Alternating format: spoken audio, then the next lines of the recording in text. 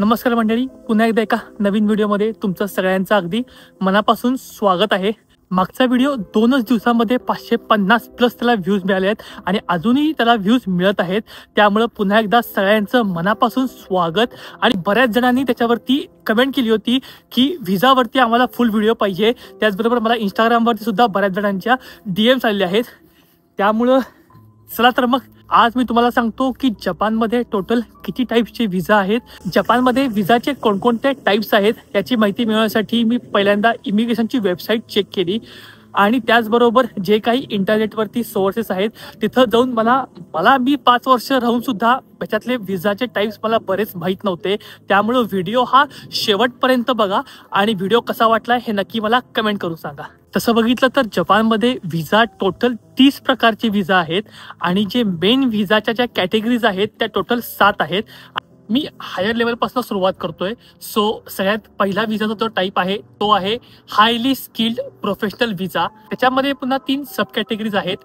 त्यातली पहिली कॅटेगरी आहे highly skilled professional, specially highly skilled professional, आणि जी थर्ड कॅटेगरी आहे हायली स्किल्ड फॉरेन प्रोफेशनल। आता हा हायली स्किल्ड प्रोफेशनल व्हिसा नक्की काय प्रकार आहे हे मी तुम्हाला सांगतो। थोडंसं वारं आहे त्यामुळं मी एकतर ट्रायपॉडवरती मोबाईल ठेवलाय, बट वाऱ्यामुळे मोबाईल हलतोय, सो थोडासा इथं व्हिडिओ हल्ला तर समजून घ्या। हा जो हायली स्किल्ड प्रोफेशनल व्हिसा आहे तो 1 एप्रिल 2015 नंतर जी लोक जपानमध्ये आलेली आहेत आणि ज्यांच्याकडे आउटस्टँडिंग ॲबिलिटीज आणि क्रेडेन्शियल्स आहेत त्या लोकांना हा हायली स्किल्ड प्रोफेशनल व्हिसा मिळतो। त्यानंतर हा जो हायली स्किल्ड प्रोफेशनल व्हिसा आहे हा अमुक फील्डला आहे किंवा फक्त इंजिनिअरिंगलाच आहे असं काही नाहीये। ह्याच्यामध्ये एक पॉईंट सिस्टीम आहे। त्या पॉईंट सिस्टीम मध्ये मी आता जात नाहीये, नाहीतर व्हिडिओ खूप मोठा होईल। तुम्हाला जर तो व्हिडिओ पाहिजे असेल तर नक्की मला कमेंट करून सांगा। आणि इथून पुढे व्हिडिओमध्ये ज्या टॉपिकवर जास्त कमेंट असतील त्या टॉपिकवरती पुढचा व्हिडिओ तुम्हाला बघायला मिळणार आहे। मागच्या व्हिडिओमध्ये तुम्ही व्हिसा व्हिडिओ पाहिजे म्हणून बऱ्याच जणांच्या कमेंट आल्या, म्हणून लगेच मी आज व्हिसाचा व्हिडिओ घेऊन आलोय। पुढचा व्हिडिओ तुम्हाला कुठला पाहिजे नक्की मला कमेंट करून। हायली स्किल्ड प्रोफेशन मध्ये खास करून डॉक्टर, त्याच्यानंतर कंपनीचे सीईओ, इंजिनियर हे प्रोफेशन्स मोडतात। अगेन जसं तुम्हाला काही सांगितलं, एक पॉईंट सिस्टीम असते, ते ठराविक पॉईंट तुमचे झाले तर तुम्ही या कॅटेगरीला अप्लाय करू शकता। त्यानंतर सेकंड कॅटेगरी आहे वर्किंग व्हिसा आणि यामध्ये बऱ्याच साऱ्या कॅटेगरीज आहेत। खास करून मी तुमच्यासाठी नोट डाऊन करून आणलेले आहेत। त्यामध्ये खास करून प्रोफेसर, आर्टिस्ट, त्यानंतर रिलिजियस ॲक्टिव्हिटीज, त्याच्यानंतर journalist, business manager, legal services, medical services, researcher, instructor, सगळ्यात महत्त्वाचा तो म्हणजे इंजिनिअरिंग। नुसतं इंजिनिअरिंग व्हिसा इथं नसतो, तर तो आहे इंजिनिअरिंग स्पेशलिस्ट इन ह्युमॅनिटीज आणि इंटरनॅशनल सर्व्हिसेस। हा पूर्ण व्हिसा, ह्याला इंजिनिअरिंग व्हिसा असं म्हणतात।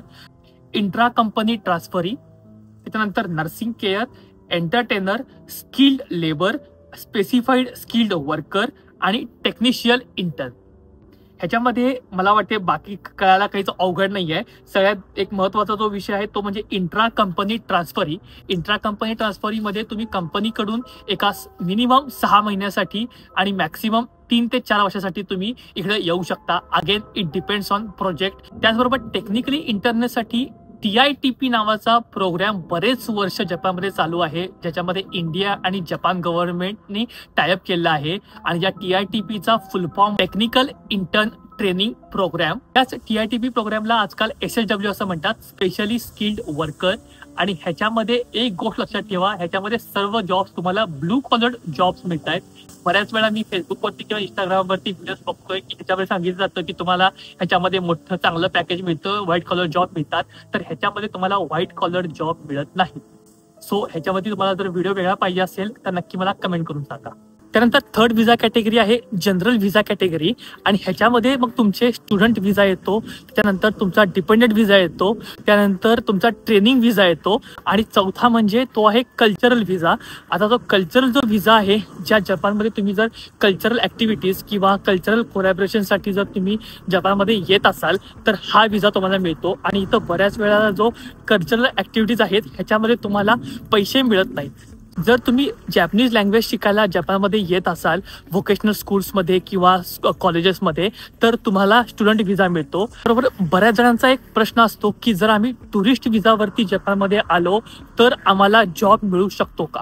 तर टुरिस्ट विजामध्ये जर तुम्ही थोड्याशा दिवसासाठी म्हणजे साधारण एक 10-15 दिवस किंवा 1 महिन्यासाठी आला तर तुम्हाला जपानमध्ये जॉब मिळणं थोडंसं अवघड आहे. बट जर तुम्ही 3 महिन्यासाठी टुरिस्ट विजावरती येत आहात आणि 3 महिन्यात तुम्ही जर जॉब मिळवला तर तुमचा टुरिस्ट विजा हा वर्किंग विजामध्ये कन्वर्ट होतो.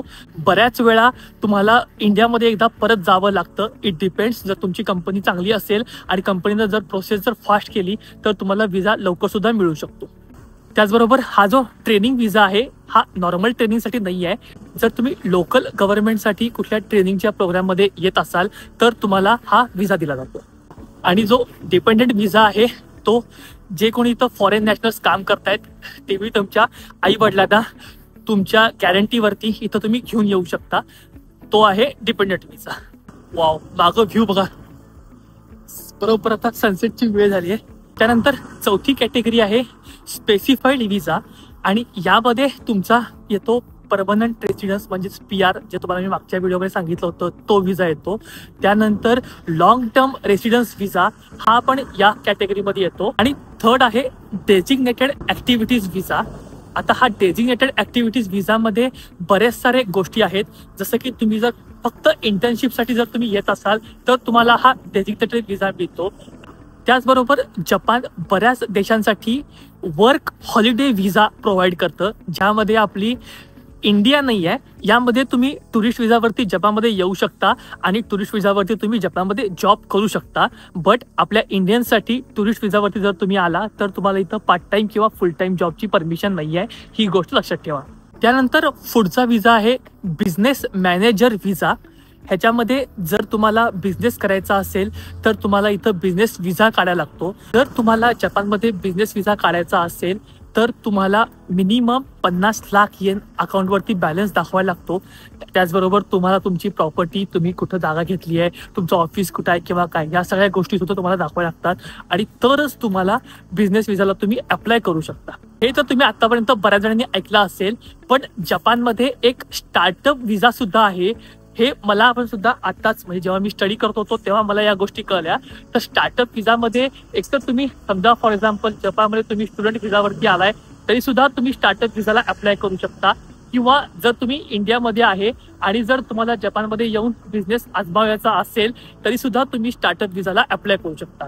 स्टार्टअप विजामध्ये तुम्ही साधारण 1 वर्ष जपानमध्ये बिझनेस करू शकता आणि जर तुम्हाला बिझनेस जमला, जर तुम्हाला वाटलं की तुम्ही बिझनेस आता करू शकताय, जर तुम्ही मग बिझनेस मॅनेजर विजामध्ये तुम्ही तो विजा कन्वर्ट करू शकता. सो अगेन, जे कोणी जपानमध्ये आहेत आणि ज्यांना जपानमध्ये बिझनेस करायची इच्छा आहे, सो तुम्ही त्यांच्या वेबसाईटला व्हिजिट द्या आणि स्टार्टअप विजाला काय काय डॉक्युमेंट लागतात किंवा कसं अप्लाय करायचं या गोष्टी एकदा चेक करून घ्या. मला डिटेल व्हिडिओ पाहिजे असेल तर नक्की मला कमेंट करून सांगा. मी सुद्धा सगळ्या गोष्टी सर्च करून तुम्हाला एक डिटेल व्हिडिओ ह्याच्यावरती बनवेन. त्यानंतर 6वी कॅटेगरी आहे डिप्लोमॅटिक व्हिसा आणि जसं नावाप्रमाणेच हा फक्त डिप्लोमॅटिक एजंट्सनाच हा व्हिसा मिळू शकतो किंवा ते अप्लाय करू शकतात. आणि सगळ्यात लास्ट कॅटेगरी आहे ती म्हणजे ऑफिशियल व्हिसा कॅटेगरी. ह्याच्यामध्ये डिप्लोमॅटिक मिशन्समध्ये जो टेक्निकल स्टाफ किंवा ॲडमिनिस्ट्रेटिव्ह स्टाफ येतो तो स्टाफ या व्हिसासाठी अप्लाय करू शकतो. त्याचबरोबर मेंबर्स ऑफ सर्व्हिस स्टाफ सुद्धा या व्हिसाला अप्लाय करू शकतात. सो टोटल हे मेनली 7 कॅटेगरीचे व्हिसा आहेत आणि हे जे कॅटेगरी तुम्हाला मी ज्या सांगितल्या त्या 2025 फेब्रुवारी महिन्याच्या अपडेटेड आहेत. बट दर 3-4 महिन्यानंतर जपानमध्ये व्हिसाच्या कॅटेगरी चेंज होतात, काही ना काहीतरी ॲड होत असतं. सो मी तुम्हाला रिकमेंड करेन की तुम्ही जपान इमिग्रेशनची वेबसाईट रेफर करा आणि मगच सगळ्या गोष्टीला अप्लाय करा. त्याच्यामध्ये तुम्हाला सगळ्या डिटेल गोष्टी दिल्या आहेत की कोणत्या व्हिसाला कोणते डॉक्युमेंट्स लागतात, किती वर्ष असतो, या सगळ्या गोष्टीची माहिती तुम्हाला ह्याच्यामध्ये मिळू शकते. चला, माझं जे काम होतं ते काम मी केलेलं आहे. तुम्हाला व्हिसा टाईपचा व्हिडिओ करून सांगितलेला आहे. आता तुम्हाला हा व्हिडिओ कसा वाटला, आवडला असेल तर लाईक करा, शेअर करा आणि पुढच्या व्हिडिओमध्ये तुम्हाला काय बघायला आवडेल हे सुद्धा मला खाली कमेंट करून सांगा. चला तर मग मंडळी, मी तुम्हाला भेटतो पुन्हा एका अशाच नवीन व्हिडिओमध्ये एका वेगळ्या विषयासह आणि एका वेगळ्या ठिकाणी. तोपर्यंत आपलं नेहमीचं सायोनारा, बाय बाय.